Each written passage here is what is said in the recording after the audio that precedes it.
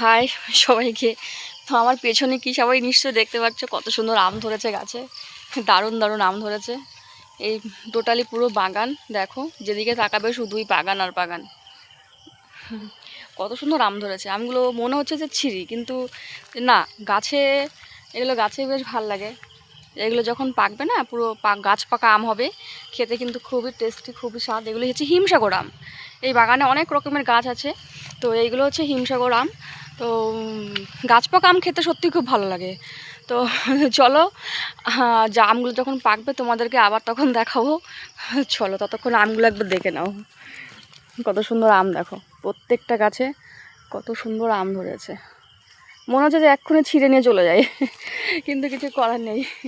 এগুলো এখনও কাঁচা, তবে ছিঁড়ি মাঝে মাঝে, টক ডাল রান্না করে খাই, বা আমের চাটনি, আমের টক, এগুলো রান্না করে খাই।